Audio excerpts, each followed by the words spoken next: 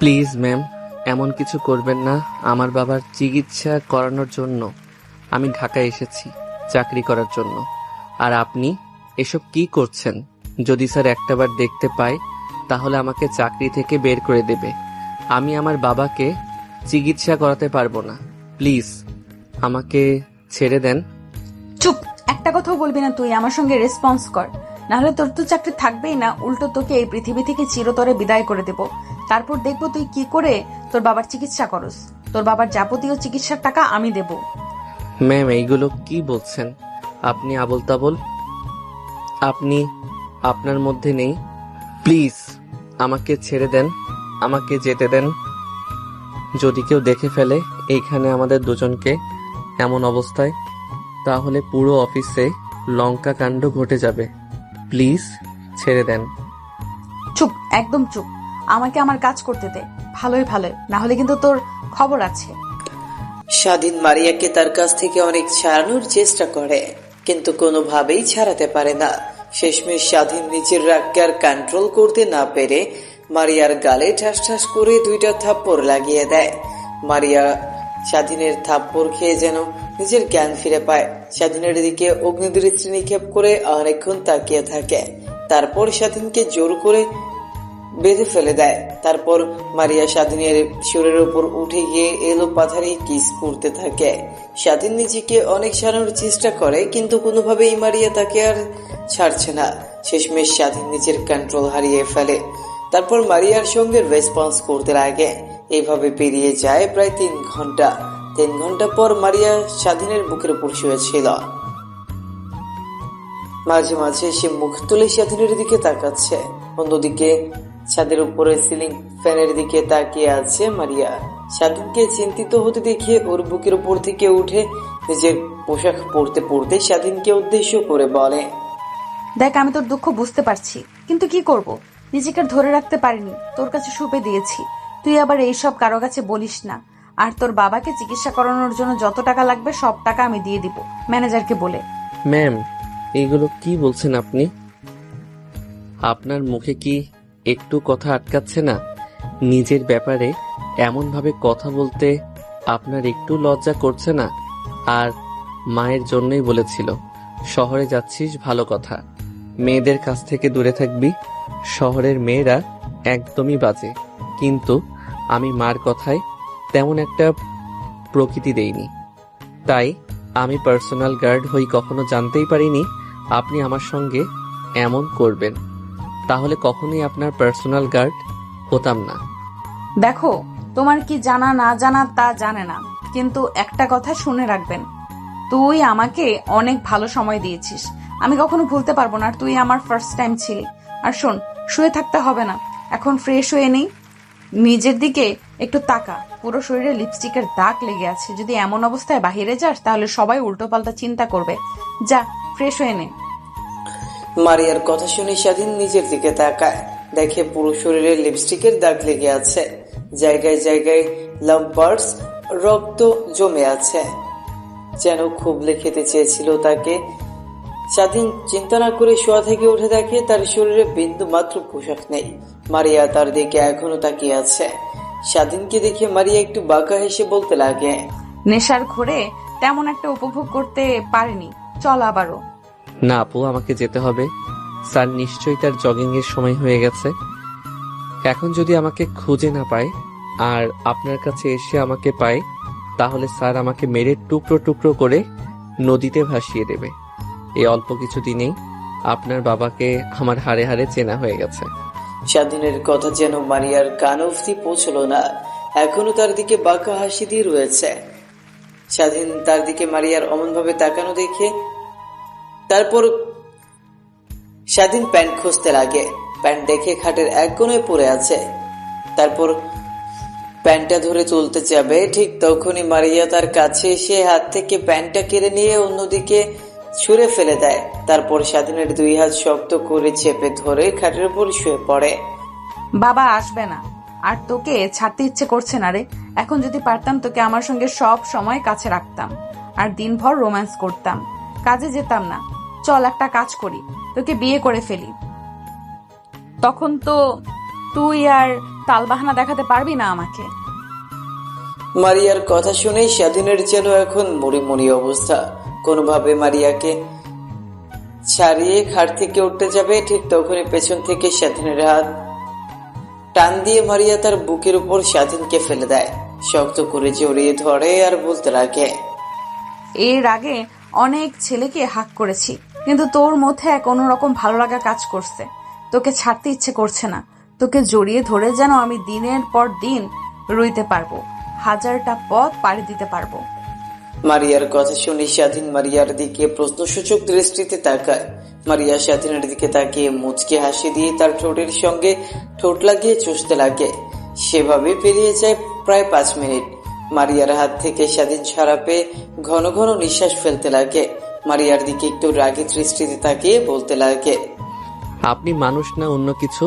আর একটু সময় কিস করলে তো আমি মরেই যেতাম। কি বলছিস? সামান্য কিছু সামলাতে পারছিস না, মরে যাওয়ার কথা বলছিস? তাহলে যখন বিয়ে হবে, দিনভর আমার সঙ্গে রোম্যান্স করবি, তখন কেমন লাগবে রে? আমার সঙ্গে কেন রোম্যান্স করতে যাবেন? আপনি একটু আগে তো বললেন অনেক ছেলেকে হাক করেছেন, কিন্তু এমন ফিলিংস পাননি।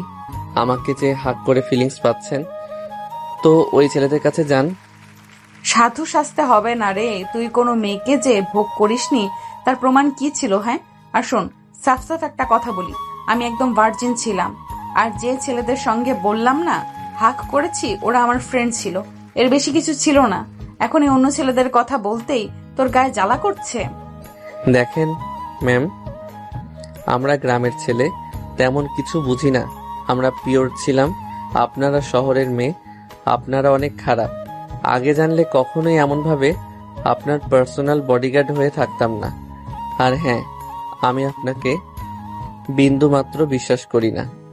যেই মেয়ে জোর করে তার সতীত্ব অন্য ছেলের হাতে তুলে দেয়, সেই মেয়ে আর কি করতে পারবে? আর না বলি, আপনি একদম বাজে মেয়ে।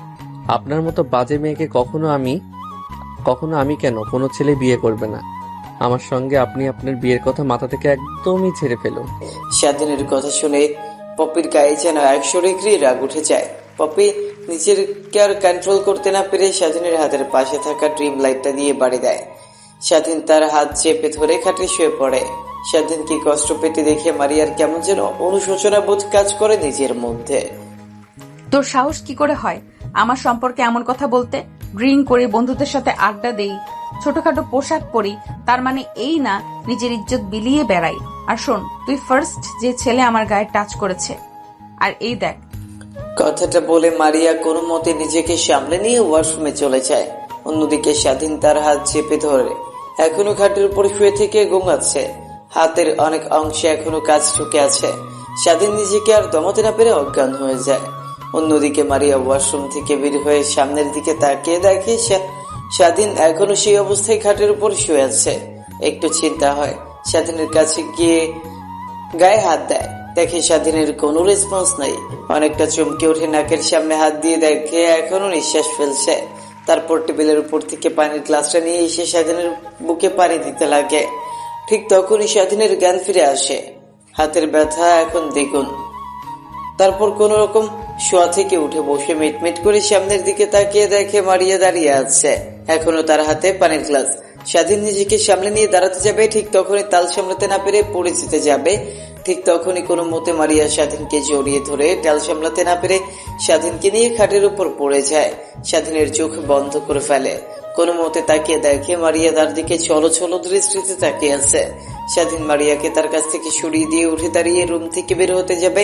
ঠিক তখনই মারিয়া স্বাধীনকে বলে, আসুন, এই অবস্থায় নিয়ে বের হোস না রুমের বাইরে। যতক্ষণ রুমের মধ্যে আছিস নিয়ে চিন্তায় আছি। তুই এইখানে বস, আমি বাইরে থেকে ফার্স্ট এড বক্স নিয়ে আসছি। তারপর তোর হাতটা ব্যান্ডেজ করে দেই। তারপর তুই না হয় ফ্রেশ হয়ে রুম থেকে বের হয়ে যাস। তোর শরীরে অনেকটা অংশ এখনো লিপস্টিক লেগে আছে।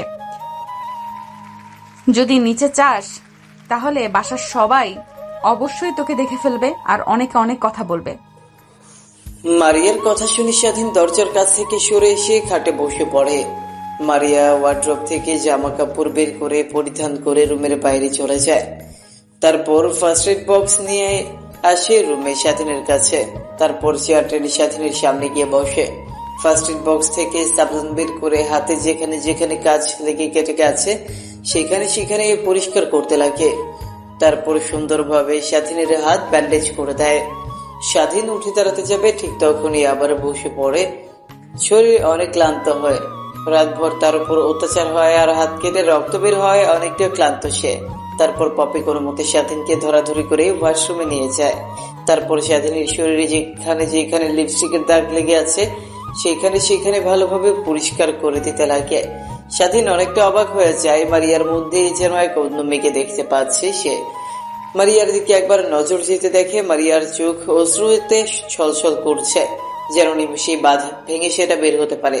স্বাধীনকে ফ্রেশ করে রুমে এসে স্বাধীনকে খাটের উপর বসিয়ে দেয়। তারপর যত্ন সহকারে স্বাধীনের শার্ট পরিয়ে দেয়।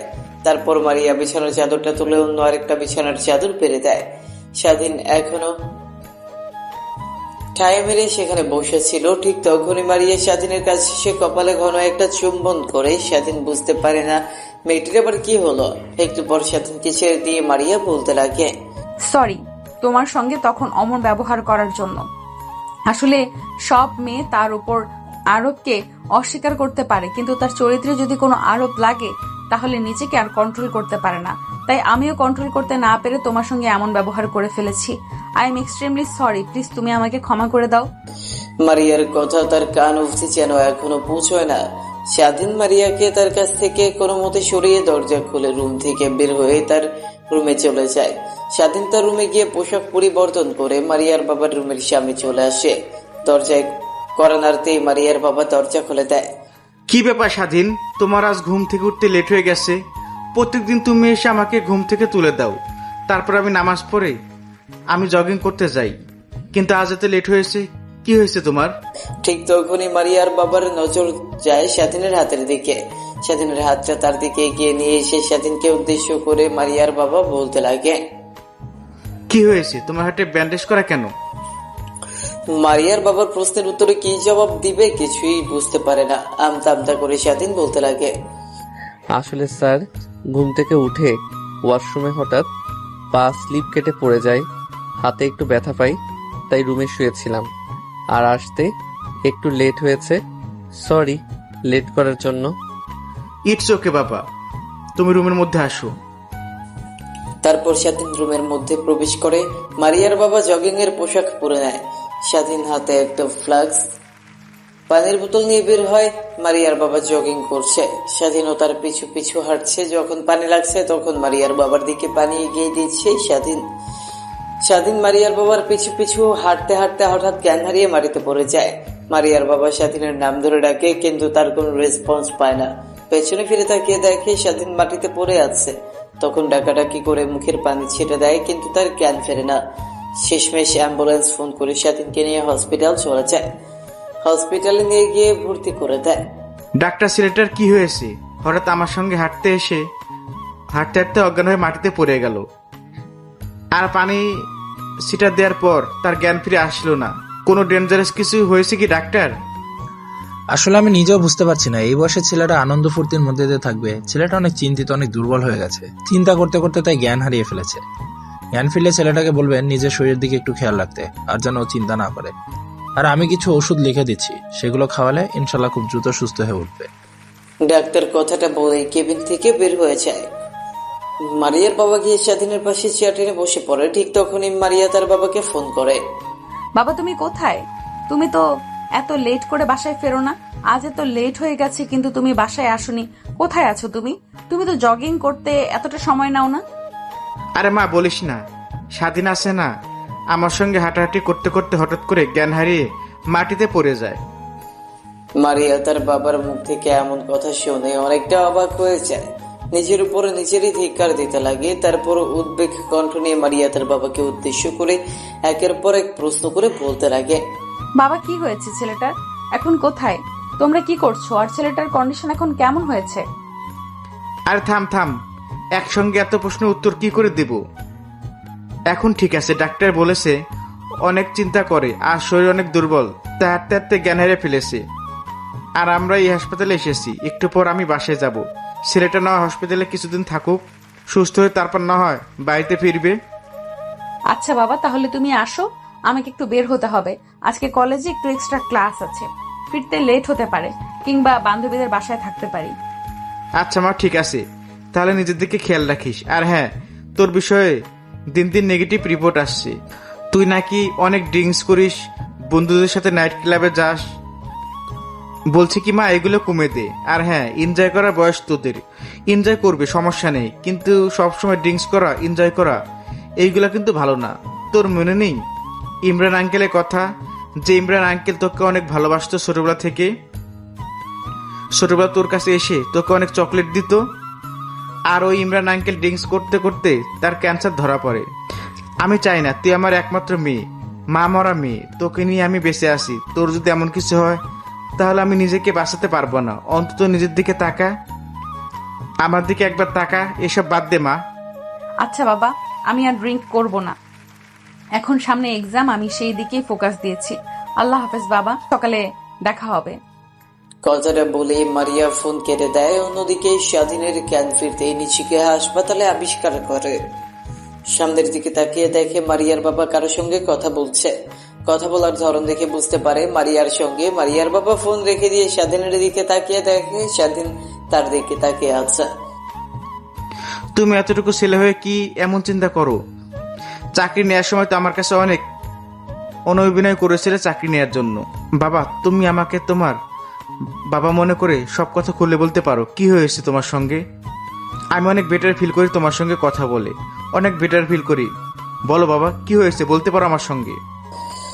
মারিয়ার বাবার কথা শুনে স্বাধীন উপরের দিকে তাকিয়ে দীর্ঘ একটা নিঃশ্বাস ফেলে। শোয়া থেকে শোয়া হয়ে বসে মারিয়ার বাবার দিকে অশ্রুনয়ন দৃষ্টিতে তাকিয়ে বলতে লাগে, স্যার, আমার বাবা নেই, অনেক আগে মারা গেছে। আমার বয়স যখন 10 বছর, তখন আমার বাড়িতে মা আর একটা বোন আছে, আমার থেকে ছোট, ওর 13 বছর। পৃথিবীতে আমার আর আমার বোনের মা ছাড়া কেউ নেই। মা আমাকে অনেক কষ্ট করে লেখাপড়া করাইছে। আমি লেখাপড়া করতে চাইনি। মার দুঃখ কষ্ট দেখে চেয়েছিলাম তার সঙ্গে সংসারের হাল ধরবো, কিন্তু আমি যে স্কুলে পড়তাম সেই স্কুলের স্যার মাকে বলেছিল আমি নাকি অনেক ভালো স্টুডেন্ট, তাই মা যেভাবেই হোক আমাকে লেখাপড়া করাইছে। কিন্তু আপনার বাসায় কাজে যোগ দেওয়ার আগে 7 দিন আগে হঠাৎ মা জ্ঞান হারিয়ে ফেলে তার কর্মস্থলে। তারপর তাকে ধরাধরি করে হাসপাতালে নিয়ে যায়। আমি শুনি বাসা থেকে হাসপাতালে চলে যাই। ডাক্তারের খেসু রিপোর্ট দেয়। রিপোর্টগুলো করে ডাক্তারের কাছে নিয়ে যেতে ডাক্তার বলে মার ক্যান্সার ধরা পড়েছে। ক্যান্সারটা প্রাথমিক পর্যায়ে থাকায় চাইলেই আমার মাকে অপারেশন করে সুস্থ করা যাবে। অপারেশন করতে 20 লক্ষ টাকা। আমি চিন্তিত হয়ে পড়ি 20 লক্ষ টাকা কিভাবে জোগাড় করব। যেখানে সংসারই চলে টেনে টুনে, সেখানে কিভাবে এতগুলো টাকা জোগাড় করব। বাড়ি আর অল্প কিছু জায়গা ছিল, সেই জায়গাটুকু বিক্রি করেও 20 লক্ষ টাকা হবে না। তাই আর কিছু চিন্তা না করে ঢাকায় চলে আসি চাকরি নেওয়ার জন্য। যদি কোনোভাবে চাকরি নেই, তারপর সেই কর্মস্থল থেকে 20 লক্ষ টাকা অ্যাডভান্স চাই। আর আমার বেতন থেকে মাঝে মাঝে এসেই টাকা কেটে নেবে, এটা ভেবে কিন্তু আসার পর আমি কোনো জব খুঁজে পাই না। শেষমেশ আপনার সঙ্গে দেখা হয়, তারপরটুকু তো আপনি জানেনই। স্বাধীন তার কথা শেষ করে মারিয়ার বাবার দিকে তাকায়। দেখে মারিয়ার বাবা তার দিকে ছলো ছলো দৃষ্টিতে তাকিয়ে আছে। স্বাধীনের কথা শুনে মারিয়ার বাবার চোখ দিয়ে এক ফোঁটা অশ্রু পড়তে যাবে, ঠিক তখনই মারিয়ার বাবা তার হাতের উল্টো পিঠ দিয়ে চোখ মুছে ফেলে। স্বাধীনের দিকে তাকিয়ে বলতে লাগে, তুমি এত কষ্ট সহ্য করছো এটুকু ছেলে হয়ে? তোমার মাথায় এত চিন্তা? আমি নিজেই ভেবে তো অবাক হয়ে যাচ্ছি। তুমি কি একটিবারও আমাকে বলেছো অযথা চিন্তা করতে হবে না? আচ্ছা বাবা, তুমি তাহলে থাকো, আমাকে অফিসে যেতে হবে। আর শোনো, তুমি পরিপূর্ণ সুস্থ না হওয়া পর্যন্ত বাসায় যাবে না, এখানেই থেকো। আমি সময় হলে তোমার সঙ্গে দেখা করতে আসবো। ডাক্তার বলেছে তুমি অনেক ক্লান্ত, তোমাকে একটু রেস্ট নিতে হবে। কিন্তু স্যার, এখন তো আমি সম্পূর্ণ সুস্থ আছি। দেখুন, আপনার সঙ্গে কথা বলছি। আমি তোমার একটা কথা শুনতে চাই না। তুমি এখানে থাকবে এ পর্যন্ত ডাক্তার তোমাকে রিলিজ না করবে। কথাটা বলেই মারিয়ার বাবা কেবিন থেকে বের হয়ে যায়। অন্যদিকে মারিয়া তার বাবাকে মিথ্যা কথা বলেই তার বাবা কেবিন থেকে বের হয়ে যেতে মারিয়া কেবিনের মধ্যে প্রবেশ করে। স্বাধীন অন্যদিক ফিরে শুয়েছিল। ঠিক তখনই কেবিনের মধ্যে কারো আসার শব্দ পায়। স্বাধীন দরজার দিকে তাকিয়ে দেখে মারিয়া দরজা দিয়ে কেবিনের মধ্যে ঢুকছে। স্বাধীন শোয়া থেকে একটু আধশোয়া হয়ে বসে মারিয়ার দিকে তাকিয়ে বলে, ম্যাম, আপনি এখানে? আপনি না আপনার বাবাকে বললেন আপনার কি যেন ইম্পর্টেন্ট ক্লাস আছে, তাই বাসায় ফিরতে লেট হবে, কিন্তু এখানে যে? তো কি, আমি তো আমার ইম্পর্টেন্ট ক্লাস করছি, চুপচাপ শুয়ে থাকো। আর ওই দিনের জন্য আই এম এক্সট্রিমলি সরি। আসলে নিজের রাগকে কন্ট্রোল করতে পারিনি আমি নিজের মধ্যে ছিলাম না। সত্যি কথা বলতে, তুমি যখন প্রথমে আমার বাবা তোমাকে নিজের বাসায় নিয়ে আসে তার পার্সোনাল গার্ড হিসেবে, তখন আমি বাবাকে অনেক করে বলে তোমাকে আমার পার্সোনাল গার্ড বানাই। কিন্তু তারপরও বাবা তোমাকে নিয়ে জগিং এ যায়। সেই প্রথম দেখাতেই তোমার উপর অনেকটা দুর্বল হয়ে পড়ি আমি, যা কখনো তোমাকে বলে বোঝাতে পারবো না। ম্যাম, রাখুন সেই সব কথা। তা এখন কিসের জন্য এখানে এসেছেন? আমি তোমাকে হসপিটালে ভর্তি করেছি, তাই না? রাতে তোমার উপর নির্যাতন করে আর সকালে তোমাকে মেরে তোমার যত্ন নেওয়ার জন্য আসলাম। কথাটা বলেই মারিয়া স্বাধীনের কাছে এসে চুলে হাত বোলাতে লাগে। স্বাধীন অনেকবার তার হাত সরাতে লাগে, কিন্তু মারিয়া স্বাধীনের দিকে রাগের দৃষ্টিতে তাকাতেই স্বাধীন চুপ হয়ে যায়। এইভাবে পেরিয়ে যায় অনেকটা সময়। ঠিক তখনই কেবিনের মধ্যে নার্স প্রবেশ করে। মারিয়া স্বাধীনের মাথায় হাত বুলিয়ে দিয়েছিল। নার্স তাদের দুজনকে দেখে বলতে লাগে, ম্যাম, এটা কোনো আবাসিক হোটেল না। আপনি রুমের মধ্যে এসব কি করছেন রোগীর সঙ্গে? পেছন থেকে কারো কণ্ঠস্বর শুনতে পেয়ে মারিয়া স্বাধীনের বুকের উপর থেকে মাথা তুলে পেছনের দিকে তাকাতেই নার্সটি বলতে লাগে, ও সরি ম্যাম, আপনি এখানে? আর ইনি কি? এনাকে তো ঠিক চিনলাম না। ইনি কি আমাদের স্যার? নার্সের কথা শুনে মারিয়ার হাসি মাখা মুখ নিয়ে নার্সকে উদ্দেশ্য করে বলতে লাগে, ভাবতে পারেন সেই রকমই, বাট এখনো আপনার ছাড় না, অল্প কিছুদিনের হবে। মারিয়ার কথা শুনছিল নার্স আর তার কাজ করছিল। স্বাধীনকে ইনজেকশন দেওয়া শেষ করে কেবিন থেকে নার্স বের হয়ে যেতেই স্বাধীন মারিয়াকে উদ্দেশ্য করে রাগী কণ্ঠ নিয়ে বলতে লাগে, ম্যাম, এগুলো কি বলছেন আপনি? দিন দিন আপনি কেমন যেন হয়ে যাচ্ছেন। আমি নিজেই আপনাকে চিনতে পারছি না। কিন্তু দেখেন, আপনি যদি এমন করেন তাহলে কিন্তু কাজ ছেড়ে দিতে আমি বাধ্য হব।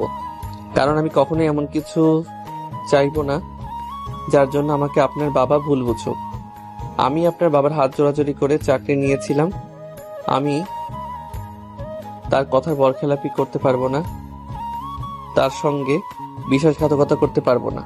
আমার বাবা মা আমাকে সেই শিক্ষা দেয়নি। বুঝতে পারছি, তোমার বাবা মা তোমাকে সৎ শিক্ষা দিয়েছে, কিন্তু তুমি কি জানো, তুমি যদি আমার কাছ থেকে দূরে যাও তাহলে যেখানেই থাকো না কেন তোমাকে ধরে নিয়ে আমার কাছে বসিয়ে বসিয়ে রাখবো আর খাওয়াবো, আর তোমাকে জোর করে বিয়ে করব। তুমি কি চাও তোমার সঙ্গে এমন বাজে কাজ হোক? মারিয়ার কথা শেষ হতেই স্বাধীন চুপ হয়ে যায়। কারণ মেয়েটিকে যতই কথা বলুক না কেন তার বোধগম্য হবে না। তাই চুপ করে একটু চোখ বুঝে ঘুমানোর চেষ্টা করছিল। ঠিক তখনই কপালে আলতো ঠোঁটের ছোঁয়া অনুভব করে। স্বাধীন চোখ মেলে তাকাতেই দেখে মারিয়া তার উপর বসে তার কপালে চুম্বন করছে। মারিয়াকে স্বাধীন তার হাত দিয়ে ধাক্কা দিতেই মারিয়া টাল সামলাতে না পেরে ফ্লোরে গিয়ে ছিটকে পড়ে। স্বাধীন বুঝে উঠতে পারে না স্বাধীন কখনোই এমন কিছু চায়নি। তার কাছ থেকে মারিয়া ফ্লোরে পড়ে গিয়ে অনেকটা ব্যথা পায়। স্বাধীন তার হাতে ব্যান্ডেজ থাকা অবস্থায় বেড থেকে নেমে মারিয়াকে তুলতে লাগে। মারিয়ার চোখ দিয়ে অশ্রু বের হতে লাগে। অনেক জোরে পড়ে যাওয়ায় ব্যথা পেয়েছে সে, কিন্তু সেদিকে তার কোনো ভ্রুক্ষেপই নেই। স্বাধীনের দিকে তাকিয়ে দেখে তার হাত দিয়ে রক্ত বের হচ্ছে, কারণ ইনজেকশনের তার এখনো তার হাতের মধ্যে লাগানো ছিল। বেড থেকে চলে আসায় তার শট খাওয়ায় স্বাধীনের হাত থেকে রক্ত বের হতে থাকে। মারিয়া স্বাধীনকে বেডে শুইয়ে দিয়ে বলতে লাগে, নিজের দিকে একটু তাকাও, দেখো তোমার হাতে রক্ত বের হচ্ছে। আমার তো কিছুই হয়নি, পড়ে গিয়েছিলাম, একটু ব্যথা পেয়েছি, তার জন্য কি তুমি নিজের দিকে খেয়াল না করে আমাকে ওঠাতে যাবে? তার মানে কি জানো, তুমি আমাকে ভালোবাসো। কারণ আমার একটু ব্যথা পাওয়াতে তুমি যদি এমন রিয়াক্ট করতে পারো, তাহলে আমি মনে করি আমার জন্য তোমার মনে বিন্দুমাত্র হলেও ফিলিংস আছে। ও ভাবছেন আপনি? ম্যাম, কখনো না, আপনার জন্য আমার মনে কখনো কাজ করতে পারে না। কারণ আপনার মতো মেয়েকে আমি কখনোই আমার বউ হিসেবে মেনে নেব না। কথাটা আমি কত করে বলবো? এখন জানতো আমার চোখের সামনে একটু একা থাকতে দিন। না না, তা তো হচ্ছে না। আমি এখানেই থাকবো আর তোমাকে রোমান্টিক অত্যাচার করব আর তোমার শরীরের যত্ন নেব। আমি বাবাকে তো বলেছি যে আজকে বাসায় তার মানে কি আজকেও আমার সঙ্গে রাতে এখানেই থাকবে? স্বাধীনের কথা শুনে মারিয়া একটু বাঁকা হেসে মাথা দিয়ে হ্যাঁ বোঝায়। ম্যাম, আপনি কি পাগল হয়ে গেছেন নাকি? আপনার ভাবসাব আমার ভালো লাগছে না। আপনি এখানে থাকবেন মানে আপনি চলে যান, যদি কেউ দেখতে পায় তাহলে অনেক খারাপ হয়ে যাবে। আর স্যার তো বলেছে সে যে কোনো সময় আমাকে দেখতে আসতে পারে। যদি এসে দেখে আপনি আমার কেবিনে বসে আছেন তখন কি রিয়েক্ট করবে স্যার, বুঝতে পারছেন? সভায় যা করে তাই করবে।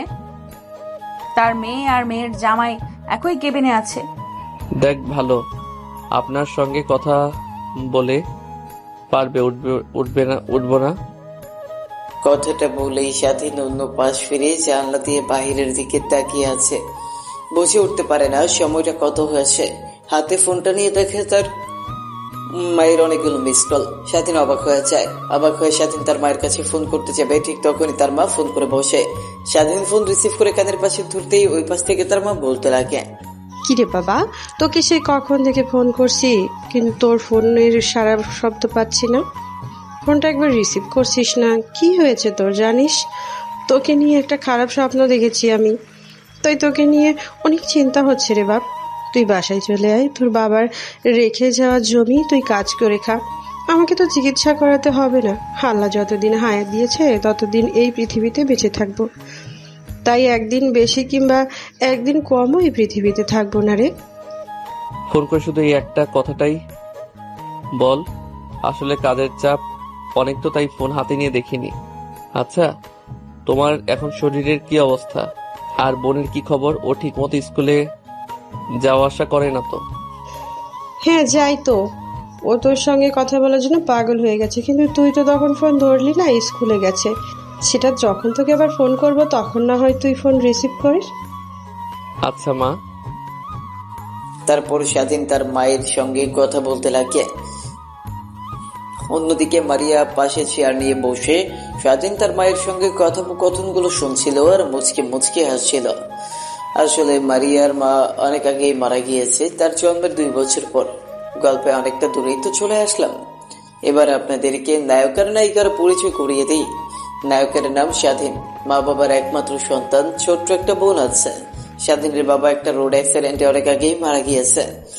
তারপর তার মা স্বাধীনকে আর তার বোনকে অনেক কষ্ট করে লালন পালন করে। অন্যদিকে মারিয়া বড়লোক বাবার একমাত্র মেয়ে। মারিয়ার মা অনেক আগেই মারা গিয়েছে। তার বয়স যখন 2 বছর ছিল তখন মারিয়ার মায়ের ক্যান্সার হয়ে মারা যায়। এরপর মারিয়ার বাবা দ্বিতীয়বার আর বিয়ে করেনি, কারণ সৎ মা এসে তার মেয়ের সঙ্গে কেমন ব্যবহার করবে এই জন্য। স্বাধীন তার মায়ের সঙ্গে কথা বলা শেষ করে ফোনটা পাশে রেখে মারিয়ার দিকে তাকিয়ে দেখে মারিয়া এখনো তার দিকে অপলক দৃষ্টিতে তাকিয়ে আছে। মারিয়াকে তাকাতে দেখে স্বাধীন তার মুখের সামনে তুড়ি বাজাতে মারিয়ার যেন ধ্যান ভেঙে যায়। শাশুড়ি মা কি করে জানলো তোমার কিছু হয়েছে? আর তুমি তো তোমার মাকে কিছুই বললে না। তুমি হসপিটালে ভর্তি, অনেক ক্লান্ত হয়ে। কি বলছেন আপনি শাশুড়ি মা? মানে আর হ্যাঁ, মাকে বলতে যাব কেন? সে শুনলে অনেক চিন্তা করবে আমাকে নিয়ে। অযথা তাকে চিন্তায় ফেলতে যাব কেন? আর হ্যাঁ, আপনি নেক্সট টাইম থেকে আমার মাকে শাশুড়ি মা বলবেন না। একবার বলবো, 1000 বার বলবো, 100 বার বলবো। আপনি কি করবেন? আমার মুখ দিয়ে বলবো আমি, আপনি বলার কে? স্বাধীন জানে এখন মারিয়াকে যতই ভাবে বোঝানোর চেষ্টা করুক না কেন কিন্তু কোনোভাবেই বুঝবে না। তাই স্বাধীন তার মাথার নিচে হাত দিয়ে অন্য হাত তার চোখের উপরে রেখে একটু ঘুমানোর চেষ্টা করে। ঘুমানোর চেষ্টা করতেই সারাদিন স্বাধীন ঘুমের জগতে পা দেয়। অন্যদিকে তার দিকে একটা তীক্ষ্ণ দৃষ্টি তাকিয়ে আছে। এভাবে পেরিয়ে যায় অনেকটা সময়। স্বাধীন ঘুম থেকে উঠে আজানের শব্দে চারদিকে তাকিয়ে দেখে সন্ধ্যা নেমে এসেছে। বুঝতে পারে এটা মাগরিবের আযান দিয়েছে। স্বাধীন শোয়া থেকে উঠে বসতে যাবে, ঠিক তখনই বুকের উপর ভার অনুভব করে। বুকের দিকে তাকিয়ে দেখে তার বুকের উপর কেউ একজন শুয়ে আছে। চুলগুলো সরিয়ে দেখে মারিয়া শুয়ে আছে। ঘুমন্ত চেহারা যেন এক অন্যরকম ভালো লাগা কাজ করে স্বাধীনের মধ্যে। কে বলবে এই মেয়েটা ঘুমের রাজ্য থেকে ফিরে এলে রাগী বদমেজাজে একটা মেয়ে হয়ে যায়। কথাগুলো ভাবতে ভাবতে স্বাধীন মারিয়ার দিকে তাকিয়েছিল। ঠিক তখনই মারিয়ার ঘুম ভেঙে যায়। স্বাধীন কি করবে বুঝে উঠতে পারে না, তাই পুনরায় কেবিনে শুয়ে পড়ে যেন মারিয়া বুঝতে না পারে। একটু পর মারিয়ার ঘুম ভেঙে গেলে স্বাধীনের দিকে কিছুক্ষণ তাকিয়ে থাকে, তারপর তার কপালে আলতো করে একটা চুমু দিয়ে শোয়া থেকে উঠে বসে পড়ে। তারপর কেবিন থেকে কোথায় যেন চলে যায়। মারিয়া কেবিন থেকে চলে যেতে স্বাধীন হাঁপ ছেড়ে বাঁচে। হয়তো মেয়েটা চলে গেছে বাসায়, এমনটাই ভাবতে লাগে। ভাবতে ভাবতে ফোনটা হাতে নিয়ে তার মার কাছে ফোন করে তার ছোট বোনের সঙ্গে কথা বলতে লাগে। কথা বলছিল, ঠিক তখনই খট করে দরজা খোলার শব্দ পায়। দরজার দিকে তাকিয়ে দেখে মারিয়া তার হাতে অনেকগুলো খাবারের বক্স নিয়ে কেবিনের মধ্যে প্রবেশ করছে। স্বাধীন তার মার সঙ্গে সংক্ষিপ্ত কিছু কথা বলে ফোন রেখে দিয়ে মারিয়ার দিকে তাকিয়ে বলতে লাগে, আপনি বাসায় যাননি এখনো? এইখানে যে আমি এত ভেবেছি, আমি তো ভেবেছি আপনি বাসায় চলে গেছেন। তোমাকে হসপিটালে এরকম ভাবে রেখে আমি কি করে বাসায় থাকতে পারি বলো? তাই যাইনি। আর কিছুই তো খাওনি তুমি। এদিকে আসো, তোমাকে খাইয়ে দিচ্ছি। আমার ক্ষুধা লাগেনি, আপনি খান। বললেই হলো ক্ষুধা লাগেনি মানে? সে কখন থেকে না খেয়ে রয়েছো, নিশ্চয়ই তোমার অনেক ক্ষুধা লেগেছে। মুখে মুখে বলছো না। এদিকে আসো, তোমাকে আমি খাইয়ে দিচ্ছি। আচ্ছা ম্যাম, আপনাকে খাইয়ে দিতে হবে না, আমাকে দিন, আমি নিজের হাতে খেতে পারবো। মহান আল্লাহ তাআলা আমাকে হাত দিয়েছে, আমি কেন পরনারীর হাত দিয়ে খাবার খাবো? পরনারী মানে? কিছুদিন পরে তোমাকে বিয়ে করব। আর হ্যাঁ, আমি বলেছি খাইয়ে দেব তো খাবে। আমার মুখে মুখে তুমি দিন দিন অনেক কথা বলছো, যা আমার একদমই পছন্দ নয়। কিন্তু স্বাধীন মারিয়ার মুখের উপর আর কোনো কথা না বলে মারিয়ার কথা অনুযায়ী খাবার খেতে লাগে। মারিয়া স্বাধীনকে খাবার খাইয়ে দিয়ে পানি খাইয়ে দেয়। তারপর পুনরায় তার সামনে চেয়ারে বসে ফোনে ফেসবুক স্ক্রলিং করছিল। অন্যদিকে স্বাধীনের কপালে চিন্তার ভাঁজ পড়ে যায় আর মনে মনে ভাবতে লাগে। ঠিক তখনই মারিয়ার দিকে একটু বাঁকা চোখ নিয়ে তাকিয়ে স্বাধীন আর মনে ভাবতে লাগে, এখানে বুঝি আমার আর চাকরি করা হচ্ছে না ম্যাম? দিন দিন আমার সঙ্গে যেরকম আচরণ করা শুরু করেছে, যদি স্যার কোনোভাবে টের পেয়ে যায় তাহলে আমাকে চাকরি থেকে বের করে দেবে। আমি আমার মার চিকিৎসা করাতে আর পারবো না। জানি না ম্যাম এরকম করছেন কেন, আগে তো এরকম ছিল না, হঠাৎ করে কি হলো তার? না, যেভাবে হোক আমাকে ম্যামের কাছ থেকে দূরে থাকার চেষ্টা করতে হবে। যদি না পারি তাহলে সব ইচ্ছায় তার কাছ থেকে দূরে চলে যাব, যেন আমাকে আর সে কখনোই খুঁজে না পায়। এতটা দূরে চলে যাব। ঠিক তখনই মারিয়ার দিকে একটু বাঁকা চোখ নিয়ে তাকিয়ে স্বাধীন আর মনে ভাবতে লাগে, কি মায়াবী চেহারা, তার দিকে একবার কেউ যদি তাকায় তাহলে দৃষ্টি সরাতে পারবে না। কিন্তু সে আমার মধ্যে কি এমন খুঁজে পেয়েছে যে আমার উপর উঠে পড়ে গেছে? নাকি সবগুলো তার ভোগ বিলাসিতার জন্য? সে আমার সঙ্গে হাতে ওইসব করে অনেক মজা পেয়েছে, তাই আমাকে তার কাছে যাচ্ছে। ছি ছি স্বাধীন, তুই এগুলো কি ভাবছিস? আনমনে কথাগুলো বলছিল আর নিজেকে নিজেই বোঝাচ্ছিল। ঠিক তখন মারিয়া ফোন সাইডে রেখে কেবিনে বসে স্বাধীনের মাথা তার কোলের উপর রেখে মাথায় হাত বুলোতে লাগে। জানি না রে, পিছে তোর মধ্যে কি এমন লুকিয়ে আছে যে তোর প্রতি আমাকে এতটা দুর্বল করে ফেলেছে। বিশ্বাস কর, তোকে ছাড়া এক মুহূর্তও আমার থাকতে ভালো লাগে না। তুই বাসা থেকে বের হলে আমার যেন দম বন্ধ হয়ে যায়। কখন তোর সঙ্গে দেখা করব, এই 2 মাসে বুঝে গিয়েছি তোকে ছাড়া আমি একদমই অচল। তোকে যে করেই হোক আমার লাইফে আমার আগামী পথ চলার জন্য লাগবে। তুই কি হবি আমার আগামী পথ চলার সঙ্গী? ছি ছি স্বাধীন, তুই এগুলো কি ভাবছিস? দেখুন ম্যাম, আপনি অনেক সুন্দর, আপনি বেটার কাউকে ডিজার্ভ করেন, আমাকে না। আমি সামান্য একটা ছেলে, মাসে কয়টা টাকা উপার্জন করি বলেন? আপনি কখনোই আমার কাছে সুখে থাকতে পারবেন না। আপনি বড়লোক বাবার একমাত্র মেয়ে, যার কিনা প্রত্যেক দিন সে টাকা খরচ করে আমি তা 1 মাসে উপার্জন করে। আপনি কখনোই আমার কাছে সুখে থাকতে পারবেন না ম্যাম। আগে থেকে বেটার হবে আপনি অন্য কাউকে আপনার জীবনসঙ্গী হিসেবে চয়েস করেন, আমাকে না। স্বাধীনের কথা শেষ হতেই মারিয়া এসে স্বাধীনের মুখে এলো পাথরে কিস করতে লাগে। স্বাধীন থমেরে মারিয়ার প্রত্যেকটা কিস অনুভব করতে লাগে। একটু পর মারিয়া স্বাধীনকে ছেড়ে দিয়ে বলতে লাগে, শোনো, তোমাকে কিস করার বিন্দু মাত্র ইচ্ছা আমার ছিল না, কিন্তু তুমি নিজেই তা করে নিলে। হ্যাঁ, আরেকটা কথা, তুমি যদি কখনো আমাকে ম্যাম বলে ডাকো বা আপনি করে ডাকো তাহলে তোমার খবর আছে। এখন থেকে তুমি করে আর আমার নাম ধরে কিংবা জান সোনা এসব বলে ডাকবে। দেখুন, আপনি আমার মালকিন তো আপনাকে ম্যাম বলে ডাকবো, এটাই তো বাস্তব। আমি কখনো আপনাকে নাম ধরে কিংবা তুমি করে ডাকতে পারবো না। স্বাধীনের কথা শেষ হতেই মারিয়া স্বাধীনকে আবার কিস করতে লাগে। প্রায় 5 মিনিট পর স্বাধীনকে ছেড়ে দেয়।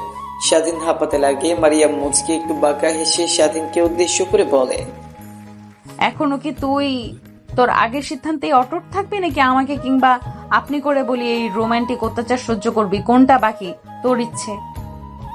স্বাধীন ভালো করেই জানে তার সঙ্গে যত কথা বাড়াবে ততই তার জন্য খারাপ। তাই মারিয়ার কোল থেকে মাথা সরিয়ে বালিশের উপর রাখতে যাবে। শক্ত করে মারিয়া স্বাধীনের মাথা তার পায়ের উপর রেখে বলতে লাগে, এত ঢং দেখাতে হবে না, চুপচাপ এখানেই শুয়ে থাক। স্বাধীন মারিয়ার পায়ের উপর থেকে মাথা না সরিয়ে সেভাবেই শুয়ে থাকতে লাগে। মারিয়া তার মনের আনন্দে স্বাধীনের মাথায় হাত বোলাতে লাগে আর গুনগুন করে গান গাইতে লাগে। স্বাধীনের অনেকটা ভালো লাগে মনোমুগ্ধকর পরিবেশ। এইভাবে পেরিয়ে যায় পুরো দিনটা। স্বাধীনের কাছ থেকে একটু পরে মারিয়া বিকালের দিকে ডাক্তার চেক আপ করতে কেবিনে আসে। ঠিক তখনই স্বাধীনের চোখে কিছু একটা পড়ে। মারিয়ার স্বাধীনের চোখ থেকে সরাতে নিলে দুজনের চোখে চোখাচোখি হয়। সময়ের আকস্মিকতায় মারিয়া স্বাধীনকে কিস করে দেয়। ঠিক তখনই পেছন থেকে ডাক্তার সব দেখে মারিয়াকে বলতে লাগে। ডাক্তারের কথা শুনে মারিয়া ব্যবহার শেখা খেয়ে যায়। নিজেকে সামলে নিয়ে মারিয়া ডাক্তারকে বলতে লাগে, মারিয়া মা, তুমি এখানে? আর তোমার বাবা যে বললো এটা তোমাদের কাজের ছেলে, তাহলে এসব কি মা? আমি যা ভাবছি তাহলে কি সত্যি?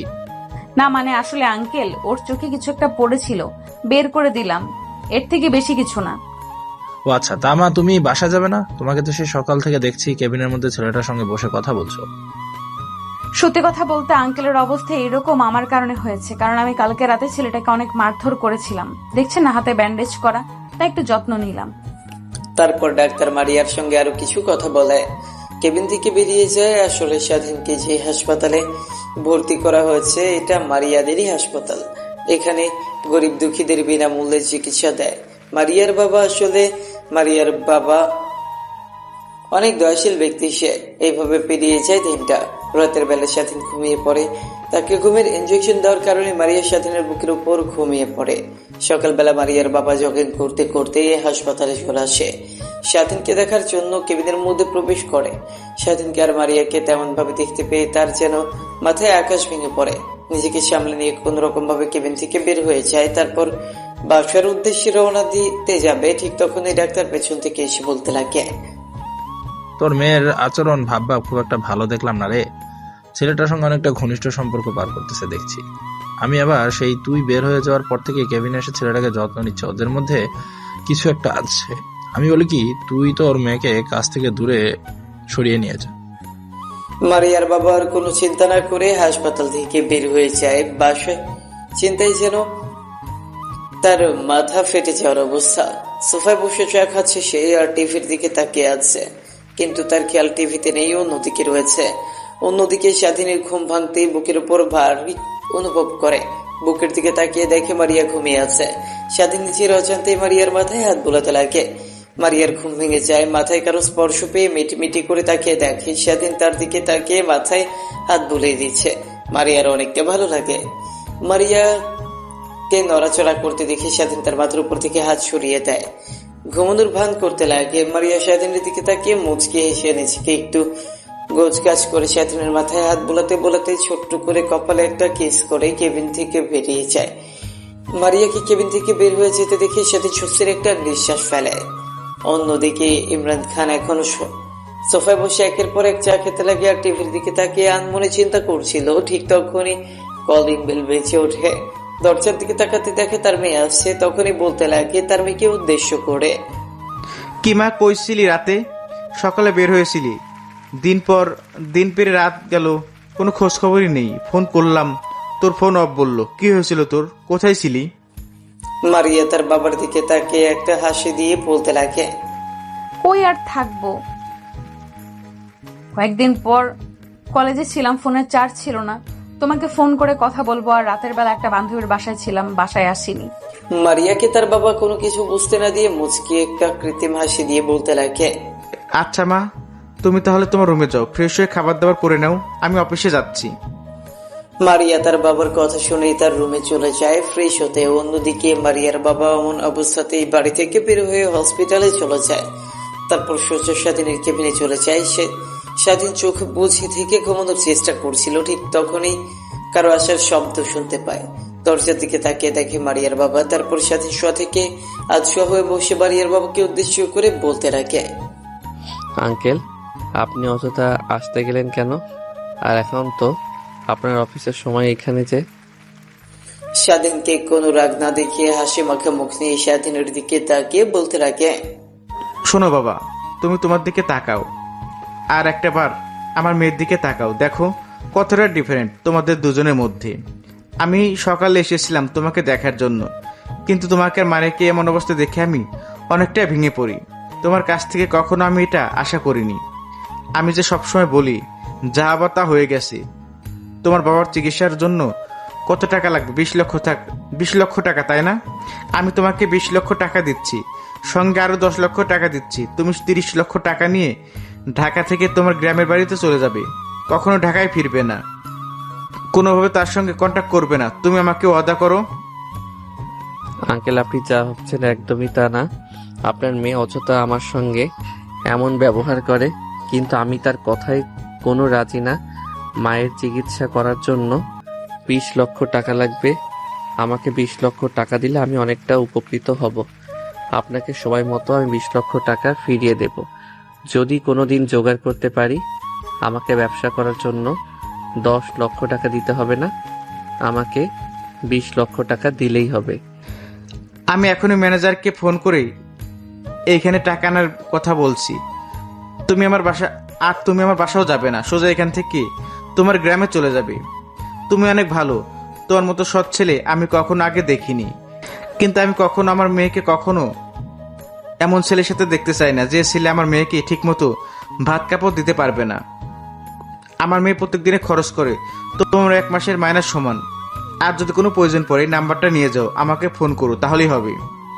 কথাটা বলেই মারিয়ার বাবা কেবিন থেকে বের হয়ে যায়। তারপর ম্যানেজারকে ফোন করে টাকা আনতে বলে। একটু পর ম্যানেজার টাকা নিয়ে চলে আসে। তারপর স্বাধীনকে টাকা দিলেই তা নিয়ে স্বাধীন হাসপাতাল থেকে বের হয়ে বাসার উদ্দেশ্যে রওনা দিতে যাবে। ঠিক তখনই পেছন থেকে মারিয়ার বাবা তাকে উদ্দেশ্য করে বলতে লাগে, দেখ, তোরা যেভাবে পারিস ওই ছেলেটাকে ধরে এমন মারবি যেন চলাফেরা করতে না পারে, ঠিক মতো 1 মাস মেয়েদের দিকে কখনো যেন খারাপ দৃষ্টিতে তাকাতে না পারে। ওর বাবার পরিচয় কেন, ওর নিজের পরিচয় যেন মানুষের সামনে বলতে কাঁপাকাঁপি করে। তারপর স্বাধীন পেছনে ফিরে মারিয়ার বাবার কাছ থেকে টাকা নিয়ে বেরিয়ে যায়। বাস টার্মিনালে এসে বাসের জন্য অপেক্ষা করছিল। ঠিক তখনই তার ফোন বাজতে লাগে। স্বাধীন ফোন রিসিভ করে কানের কাছে ধরতে ওই পাশ থেকে কান্না ভেসে আসতে লাগে। স্বাধীন ভালোভাবে নাম্বারটা দেখে বলতে লাগে, কি হয়েছে রে তোর? কান্না করছিস কেন? আপু, কি হয়েছে আমাকে বল। ভাইয়া, তুমি কোথায় আছো? জলদি বাসায় এসো, মা অনেক অসুস্থ। হ্যাঁ, আমি বাসায় আসছি, তুই মাকে নিয়ে হাসপাতালে যা।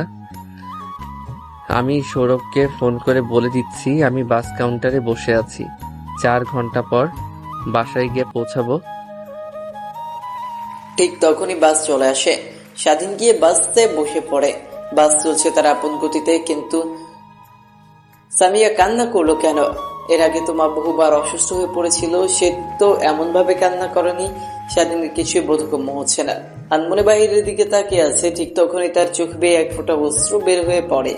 স্বাধীন নিজেও বুঝতে পারে না সে কেন কান্না করছে। ঠিক তখনই পুনরায় ফোন বাজতে লাগে। ফোনের স্ক্রিনের দিকে তাকিয়ে দেখে সৌরভ ফোন করেছে। কল রিসিভ করে কানের কাছে ধরতে উপাস থেকে বলতে লাগে, তুই কোথায় আছিস? জলদি বাসায় আয়, চাষি অনেক অসুস্থ, তোর কথা অনেক জিজ্ঞাসা করছে।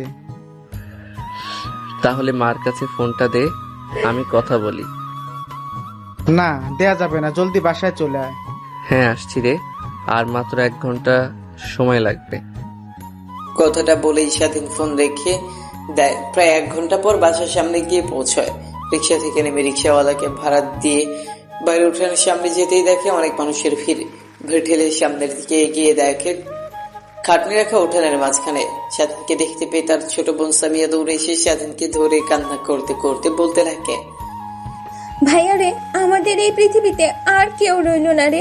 একটা মা ছিল, সেও মারা গেল। এখন কাকে নিয়ে বাঁচবো আমরা? আমাদেরকে নিয়ে কে এত চিন্তা করবে? আমাদেরকে কে দেখাশোনা করবে রে? সামিয়ার কথা শুনে স্বাধীনের মাথায় যেন আকাশ ভেঙে পড়ে। কাঁধ থেকে ব্যাগটা মাটিতে পড়ে যায়। তারপর খাটনির কাছে গিয়ে দেখে তার মার লাশ। স্বাধীন তার মার মুখ ধরে কান্না করতে করতে বলতে লাগে, মা, তুমি এত কষ্ট করে আমাদেরকে মানুষ করালে, আমরা একটু তোমাকে শান্তিতে থাকতে দিলাম না। সারা জীবন ভর তুমি কষ্ট করলে। বাবা চলে যাওয়ার পর থেকে তুমি আমাদেরকে বিন্দু মাত্র বাবা নেই অনুভব করতে দাওনি। যখন জ্বালাতো তুমি এনে দিতে, যত কষ্টই হোক না কেন। আর তুমি চলে যাচ্ছ আমাদেরকে ছেড়ে। কত কষ্ট হচ্ছে মা, তুমি জানো? কথাগুলো বলেই স্বাধীন অঝরে কান্না করতে লাগে। সৌরভীর স্বাধীনকে সান্ত্বনা দিতে লাগে, কিন্তু স্বাধীন তার কথা শুনতে নারাজ। তারপর স্বাধীনের মাকে গ্রামের সবাই খাটনি করে কবরস্থানে নিয়ে যায়। তারপর কবরস্থ করে স্বাধীন কবরস্থানের সামনে ঠাই মেরে বসে থাকে।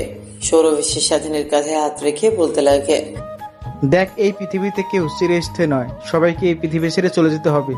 তোর বাবা চলে গেছে, তুই নিজেকে যেভাবে সামনে নিয়েছিস, এখনো তুই সেভাবে নিজেকে সামনে নে। তুই যদি এভাবে ভেঙে পড়িস তাহলে সামিয়ার কি অবস্থা হবে? একবার লক্ষ্য করেছিস? মেয়েটি সে সকাল থেকে না খেয়ে আসে, বিকেল কাটিয়ে রাত হতে চললো। এখন এখান থেকে চল। তারপর স্বাধীন উঠে নিজেকে সামনে নিয়ে চোখ মুছে কবরস্থান থেকে বের হয়ে যায়। বাসায় গিয়ে দেখে এখনো অনেকে বাসার মধ্যে ভিড় করে আছে। সবাই হয়তো বা সামিয়াকে সান্ত্বনা দিচ্ছে। স্বাধীন যাওয়ার সঙ্গে সঙ্গে অনেক বৃদ্ধ আঙ্কেল এসে স্বাধীনকে সান্ত্বনা দিতে লাগে। এক এক করে বাসা থেকে সবাই চলে যায়। স্বাধীন খাবারের বাটি নিয়ে এসে সামিয়াকে খাবার খাওয়ানোর চেষ্টা করে, কিন্তু খেতে চায় না। স্বাধীনকে ধরে অঝরে কান্না করছে। তারপর স্বাধীন খাবারের বাট নিচে রেখে সামিয়ার মাথায় হাত বোলাতে বোলাতে বলে, দেখো বোন, মানুষ তো চিরস্থায়ী না। সবাইকে একদিন মৃত্যুর স্বাদ গ্রহণ করতে হবে। একদিন আমিও মরে যাব, একদিন তুই মরে যাবি। তাই বলে কি না খেয়ে থাকবি? না খেয়ে থেকে নিচের দিকে একবার খেয়াল করেছিস কি অবস্থা হয়ে গেছে তোর? এদিকে আয়, খাইয়ে দিয়ে। তুই না খাইলে কিন্তু আমিও খাবো না। স্বাধীনের কথা শুনে সামিয়া মুচকে হাসি দেয়। তারপর নিজেকে সামনে নিয়ে খাবার খেতে লাগে। তারপর সামিয়া স্বাধীনকে খাবার খাইয়ে দিতে লাগে। এইভাবে কেটে যায় 5টা বছর। এই তোমাদের সমস্যা কি? প্রত্যেক দিন এখানে দাঁড়িয়ে থেকে মেয়েদেরকে র্যাগিং দাও। তোমাদের লজ্জা কর না? তোমাদের বাসায় মা বোন নেই? কলেজে তোমরা আসো কি এইসব করার জন্য? আমি কিন্তু তোমাদের হয়ে প্রিন্সিপাল স্যারের কাছে অভিযোগ দেব। তারপর আমি দেখি তোমাদের কি করে এই কলেজে পড়ালেখা করো। ম্যাডাম, আপনার কাজ আমাদেরকে শিক্ষা দেওয়া, আমাদের ক্লাসরুমের মধ্যে, কিন্তু বাইরে না। আপনি আপনার কাজ করেন, আমরা আমার কাজ করি। আর কি বললেন? আমাকে কলেজ থেকে বের করে দিবেন? হাসি পাইলো। আপনি আমাকে কলেজ থেকে বের করে দিবেন? আমি কি, আপনি হয়তো জানেন না, আমি কলেজের সভাপতির ছেলে। আমাকে দেখে সব প্রিন্সিপাল স্যারও ভয় পায়। আর সেই কিনা আমাকে কলেজ থেকে বের করে দিবে? ম্যাম, আসেন তো। এই জানোয়ারের বাচ্চাগুলোর সঙ্গে কথা বলে কোনো লাভ নেই। এরা অনেক খারাপ। পরে দেখবেন আপনার সঙ্গেও এরা বেয়াদবি শুরু করেছে। চলেন, এখন এদের সামনে থেকে এদের এইভাবে শাস্তা করা যাবে না। সামিয়া মারিয়ার হাত চেপে ধরে সেখান থেকে নিয়ে চলে আসে। সামিয়া ক্লাসরুমে চলে যায়। অন্যদিকে মারিয়া সোজা প্রিন্সিপাল স্যারের রুমে গিয়ে প্রিন্সিপাল স্যারকে উদ্দেশ্য করে বলতে লাগে, স্যার, আপনাকে এত করে বলছি কিন্তু আপনি কোনো ব্যবস্থাই নিচ্ছেন না। ছেলেগুলোর ব্যবহার দিন দিন জঘন্য হচ্ছে।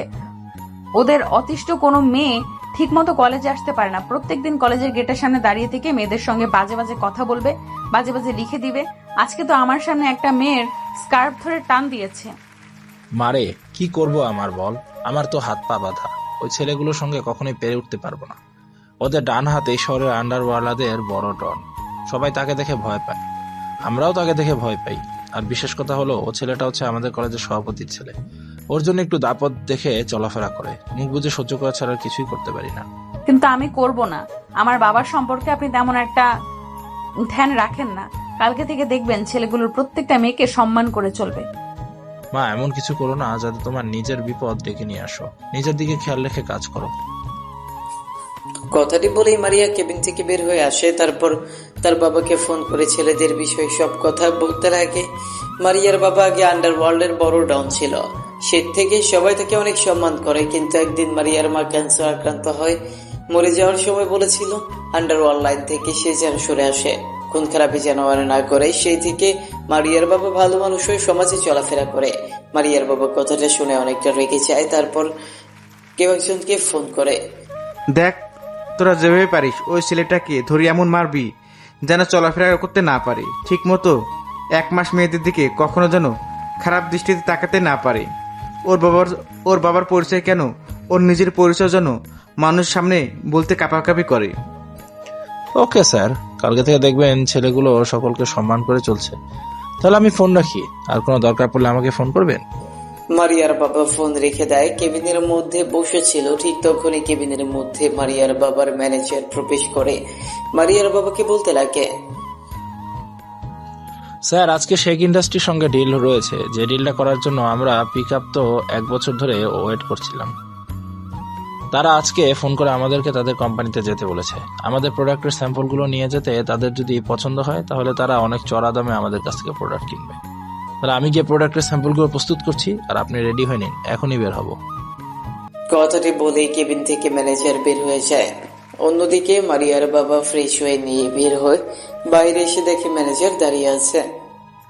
তারপর তাকে নিয়ে বেরিয়ে যায় সে ইন্ডাস্ট্রির মেইন কার্যালয়ে। ইন্ডাস্ট্রি কোম্পানিতে গিয়ে দেখে অনেক মানুষের ভিড়, শুধু তাদের সঙ্গে ডিল করার জন্য। কিন্তু সে ইন্ডাস্ট্রি এত খামখেয়ালি করে না। ভালো মালামাল আর সুন্দর প্রোডাক্ট ছাড়া কখনোই কারোর সঙ্গে ডিল করে না। এর অল্প দিনে এই শেখ ইন্ডাস্ট্রি পৃথিবীর মাঝে নাম করে ফেলেছে। তাই এখন বাংলাদেশ স্টকন দখল করে রেখেছে তারা। অন্যদিকে মারিয়ার বাবার জানার আগ্রহ। মাত্র 24 বছরের একটা ছেলে মাত্র 4 বছরে কোম্পানি খুলে সেটা আবার বাংলাদেশের টপে নিয়ে গেছে। তীব্র আকাঙ্ক্ষা নিয়ে কেবিনের বাইরে বসে আছে। তখনই মারিয়ার বাবা ডাক আসে কেবিনে। মারিয়ার বাবা আর ম্যানেজার প্রবেশ করে চেয়ারটার সামনে বসে পড়ে। অন্যদিকে শেখ ইন্ডাস্ট্রির মালিক পত্রিকা পড়ছিল। মুখের সামনে থেকে পত্রিকাটা সরাতেই মারিয়ার বাবা অবাক হয়ে সামনে থাকা লোকটার দিকে তাকিয়ে আছে। মুখ ফসকে বের হয়ে যায়, বাবা স্বাধীন, তুমি এখানে? তাহলে কি তুমি কি সেই ইন্ডাস্ট্রির মালিক?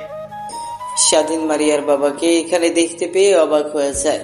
তারপর নিজের চেয়ার থেকে নেমে মারিয়ার বাবার সামনে এসে তার পা ধরে সালাম করতে করতে বলতে লাগে, জি স্যার, আমি সেই স্বাধীন যাকে দরিদ্র বলেছিলেন, যার মার চিকিৎসা করানোর জন্য 20 লক্ষ টাকা দিয়েছিলেন, আমি সে। তুমি এইখানে? I am not believe this boy. মারিয়ার বাবার কথা শুনে স্বাধীন মুচকে একটা হাসি দেয়। তারপর তারা চেয়ারে গিয়ে টেবিলের উপর থাকা কলিং বেলটা বাজাতেই সেখানে পিয়ন চলে আসে। তারপর পিয়নকে উদ্দেশ্য করে স্বাধীন বলতে লাগে, আজকে আর কারোর সঙ্গে দেখা করব না, আজকে ভালো লাগছে না। আমার বাহিরে যারা আছে সবাইকে যেতে বলুন। পিয়ন স্বাধীনের কথা শুনে বাইরে গিয়ে সবাইকে চলে যেতে বলে। এই সবাই চলে যায়। অন্যদিকে স্বাধীন মারিয়ার বাবাকে উদ্দেশ্য করে বলতে লাগে, স্যার, আজকে এইসব যা দেখছেন সব আপনার। আপনি আমাকে 20 লক্ষ টাকা দিয়েছিলেন না? সেই টাকা থেকে আজ 20,000 কোটি টাকার মালিক আমি হতে গেলে সবকিছু আপনার। আমি শুধু বুদ্ধি খাটিয়ে ইউজ করেছি। কেন বাবা? তুমি তো তোমার মায়ের চিকিৎসা করানোর জন্য 20 লক্ষ টাকা নিয়েছিলে, তার মানে কি তোমার মার চিকিৎসা করাওনি? মারিয়ার বাবার কথা শুনে স্বাধীন উপরের দিকে তাকিয়ে দীর্ঘ একটা নিঃশ্বাস ফেলে বলতে লাগে, না স্যার, আপনার কাছ থেকে টাকাগুলো নিয়ে বাসে উঠতে যাব, ঠিক তখনই বাসা থেকে ফোন আসে। মা অনেক অসুস্থ, টাকা নিয়ে যেতে যেতে মা মারা গেছে। অনেকটা ভেঙে পড়ি। ছোট্ট বোনের দিকে তাকিয়ে নিজেকে সামলে নেই। তারপর ঢাকায় চলে আসি। 20 লক্ষ টাকা দিয়ে ছোট্ট একটা ব্যবসা প্রতিষ্ঠানগুলি সেই থেকে আজ এতদূর পর্যন্ত এসেছে। আমি তোমার চোখে স্পষ্ট বিজয়ের লক্ষণ দেখেছিলাম। তুমি অনেক বিনয়ী, তুমি অনেক সৎ, এর জন্য তুমি আজকে এই পর্যায়ে আসতে পারছো। তোমার কোম্পানির প্রোডাক্ট সবই চোখ বুঝে কিনতে পারে, অন্যরা কোম্পানির প্রোডাক্ট কিনতে পারে না বলে সেসব কথা। আর আই এম এক্সট্রিমলি সরি, সেদিন তোমাকে অপমান করে 20 লক্ষ টাকা দিয়ে হাসপাতাল থেকে বের করে দিয়েছিলাম তার জন্য। না স্যার, কে বলছেন এইগুলো আপনি? সেদিন আমাকে কোথায় আপনি অপমান করেন? শুধু নিজের মেয়ের ভালো চেয়ে আমাকে তার কাছ থেকে সরিয়ে দিয়েছিলাম, আর সেই কারণেই আজ আমি সফল। তা স্যার, মারিয়া ম্যাডাম এখন কেমন আছে? হ্যাঁ, অনেক ভালো আছে। তারপর স্বাধীনের সঙ্গে টুকটাক অনেক কথা বলতে লাগে মারিয়ার বাবা। এভাবে অনেকটা সময় পার হয়ে যায়। মারিয়ার বাবা কোম্পানির সঙ্গে ডিলটা কনফার্ম করলো। মারিয়ার বাবা কোম্পানি থেকে বের হয়ে তার মেয়েকে ফোন করে। ওই পাশে মারিয়া ফোন রিসিভ করতে মারিয়ার বাবা বলতে লাগে, মারে, আজকে স্বাধীনকে দেখলাম। কথাটা শুনে মারিয়ার হৃদয়ের মধ্যে এক অন্যরকম ভালো লাগা কাজ করে। বাবা, তুমি স্বাধীনকে দেখেছো? কোথায় বাবা, কোথায় বলো আমাকে। তারপর মারিয়ার বাবা মারিয়াকে স্বাধীনের লোকেশন দিয়ে দেয়। অন্যদিকে কলেজ থেকে তাড়াহুড়া করে বের হতে যাবে, ঠিক তখনই সামিয়ার সঙ্গে ধাক্কা লাগে। নিজেকে সামনে নিয়ে মারিয়া বলে, সরি দেখতে পাইনি। ম্যাম, এত তাড়াহুড়ো করে কোথায় যাচ্ছেন আপনি? তারপর মারিয়া লোকেশনটা বলে সামিয়া শুনে অবাক হয়ে যায়। নিজেকে সামনে নিয়ে মারিয়াকে উদ্দেশ্য করে বলতে লাগে, ম্যাম, আমি বাসায় যাব, ভালো লাগছে না, এর জন্যই ক্লাসরুম থেকে বের হয়েছি। আমার বাসা ওইদিকে, আপনি যদি একটু নামিয়ে দিতেন। আচ্ছা, তাহলে তুমি আসো, আমি তোমার বাসার সামনে তোমাকে নামিয়ে দিয়ে না হয় আমার গন্তব্যস্থলে যাব। তারপর মারিয়া সামিয়াকে নিয়ে গাড়ি করে বেরিয়ে পড়ে। মারিয়া একটা স্কুলের সামনে এসে গাড়ি ব্রেক করে। স্কুলের সামনে সামিয়া গাড়ি ব্রেক করতে দেখে মারিয়াকে উদ্দেশ্য করে বলতে লাগে, ম্যাম, এখানে গাড়ি দর করালেন কেন? তুমি তো আমার মুখ থেকে অনেক আমার ছেলের কথা শুনেছো, কিন্তু কখনো দেখোনি, কিন্তু আজ দেখবে, চলো। কথাটি বলেই সামিয়াকে নিয়ে স্কুলের মধ্যে চলে যায়। ক্লাসরুমের মধ্যে ঢুকে মারিয়া একটা সুন্দর বাচ্চাকে কোলে তুলে নিয়ে আসতে লাগে, সামিয়ার কাছে এনে বলতে লাগে। তারপর মারিয়া তার বাচ্চাকে নিয়ে গাড়িতে উঠে পড়ে। সামিয়াও পিছু পিছু গাড়িতে উঠে বসে। তারপর গাড়ি চলতে লাগে তার আপন গতিতে। সামিয়া মারিয়ার দিকে একবার তাকিয়ে দেখে, তার মুখে মুচকে হাসে। সামিয়া সেই দিকে একটু তীক্ষ্ণ দৃষ্টিতে তাকিয়ে মারিয়াকে উদ্দেশ্য করে বলতে লাগে, ম্যাম, আপনাকে আজ এত হাসি খুশি দেখাচ্ছে, নিশ্চয়ই কোনো কারণ আছে। আপনি তো সচরাচর এত হাসি খুশি থাকেন না, কি হয়েছে? এটাই হলো আমার বেবি। আসলে তোমাদের স্যার অর্থাৎ আমার বাচ্চার বাবা আমাকে ভুল বুঝে আমাকে রেখে চলে গিয়েছিল দীর্ঘ 5 বছর পর। আমি তার লোকেশন জানতে পেরেছি, তাই সেখানে যাচ্ছি।